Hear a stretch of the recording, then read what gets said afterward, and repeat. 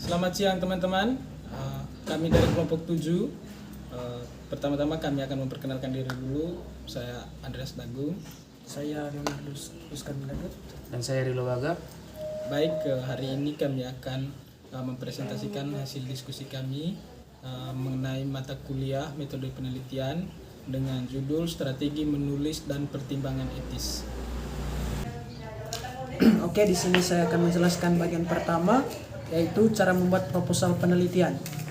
Menjelaskan fenomena yang relevan dengan penelitian. Yang kedua, fenomena harus mengandung masalah yang akan diselesaikan dengan langkah yang dilakukan. Yang ketiga, dari masalah ini penelitian merumuskan pertanyaan penelitian atau rumusan masalah. Yang keempat, masalah dapat digambarkan hanya sebagai apa yang penelitian ingin ketahui dan penyelesaiannya. Yang kelima, tujuan dan manfaat penelitian dapat dirumuskan secara sekaligus untuk sekedar mengetahui bahwa penelitian kalian memang sesuai dengan tujuannya pada titik ini setidaknya. Yang ketujuh, bab 1 telah diselesaikan. Bab 1 yang lengkap ini dapat digunakan sebagai dasar untuk perumusan judul penelitian yang sederhana. Judul tidak harus final karena ada waktu untuk merevisinya jika perlu. Yang ketujuh, mengumpulkan kajian pustaka yang sesuai dengan isi proposal yang tergambar pada latar belakang dan tujuan. Yang ke-8, menentukan metode penelitian yang akan digunakan untuk menemukan pecahan masalah. Bagian 2 yaitu sistematis penulisan proposal penelitian. Bagian pertama yaitu judul, yang kedua pendahuluan yang berisikan latar belakang dan rumusan masalah, tujuan sasaran, keluaran, dan ruang lingkup atau batas. Yang ketiga, tujuan pustaka yang termasuk perumusan hipotesis penelitian dan kerangka berpikir. Yang keempat, metode penelitian, pendekatan variabel dan indikator, populasi dan sampel atau fokus dan lokus, teknik pengumpulan data, teknik pengelolaan dan analisis data, subjek penelitian, instrumen dan tahapan penelitian, pendekatan penelitian kumulatif, kuantitatif atau penelitian pembangunan. Yang kelima, rencana publik hasil penelitian. Yang keenam, daftar pustaka. Yang ketujuh, lampiran yang terdiri dari lembaran pengesahan dari pimpinan lembaga atau instansi pernyataan. Yang keenam, bebas plagiarisme dan daftar riwayat hidup serta rencana anggaran biaya. Baik, poin yang berikutnya itu menulis gagasan. Ketika menulis gagasan di dalam proposal, ada beberapa langkah yang dapat diikuti. Yang pertama itu, baca dan cermati setiap kalimat di dalam paragraf. Ini penting untuk memahami isi dari proposal yang akan ditulis. Yang kedua itu, identifikasi ide atau kata benda atau subjek yang mendominasi paragraf tersebut. Hal ini akan membantu dalam merumuskan gagasan utama yang ingin disampaikan dalam proposal. Yang ketiga, tentukan satu kalimat yang mewakili gagasan utama yang ingin disampaikan. Kalimat ini akan menjadi inti dari proposal dan menjadi titik fokus dalam penulisan. Dan yang keempat, buatlah judul yang sesuai dengan gagasan utama yang akan disampaikan. Judul ini akan memberikan gambaran singkat tentang isi proposal. Yang kelima, tuliskan pendahuluan di bab 1 yang menjelaskan latar belakang dan tujuan dari proposal.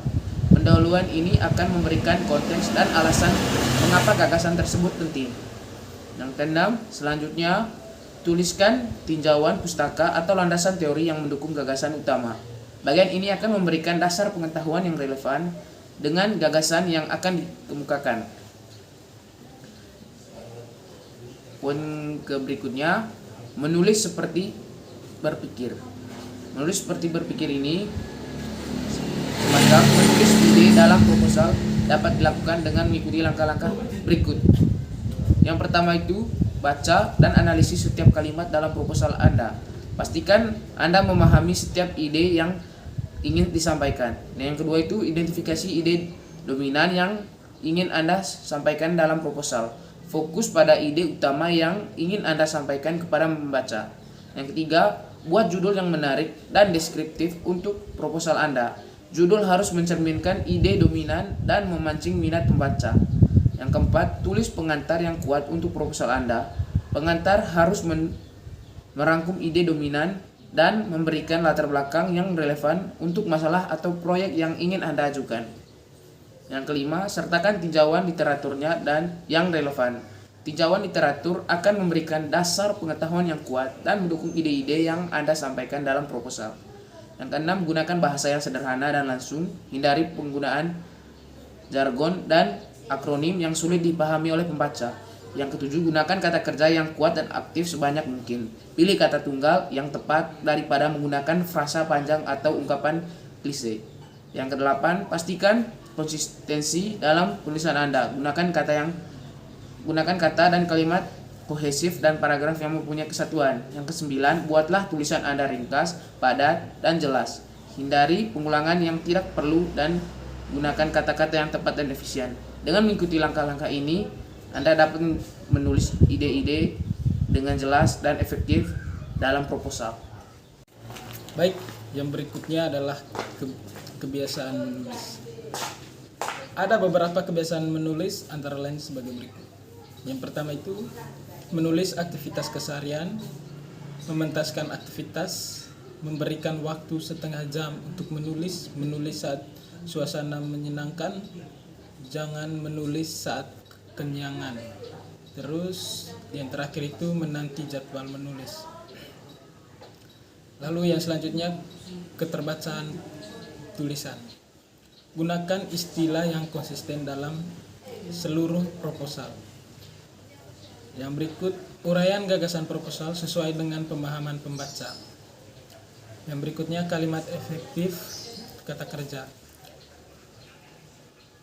Gunakan kalimat efektif atau yang fokus pada siapa atau apa yang melakukan tindakan. Terus, yang berikutnya itu gunakan kata kerja yang kuat dan langsung. Hindari penggunaan jargon dan akronim yang mungkin sulit dipahami oleh pembaca. Gunakan kata kerja yang kuat dan langsung untuk menggambarkan tindakan yang dilakukan. Masalah-masalah etis yang perlu diantisipasi. Masalah etis merupakan masalah penting yang perlu dipertimbangkan oleh peneliti dalam menyusun proposal. Hampir semua lembaga penelitian telah menetapkan kode etik penelitian sebagai standar etika penelitian. Misalnya, peraturan kode etik yang dibuat oleh Kepala Lembaga Ilmu Pengetahuan Indonesia pada tahun 2013 yang menyatakan bahwa kode etik penelitian adalah acuan moral bagi peneliti dalam melaksanakan penelitian untuk pengembangan ilmu, pengetahuan, dan teknologi bagi kemanusiaan. Ini menjadi suatu bentuk pengabdian dan tanggung jawab sosial dan ketakwaan kepada Tuhan Yang Maha Esa. Selanjutnya, dalam peraturan ini, seorang peneliti memiliki 4 tanggung jawab dalam penelitian, yaitu yang pertama, tahap proses penelitian yang memenuhi buku ilmiah.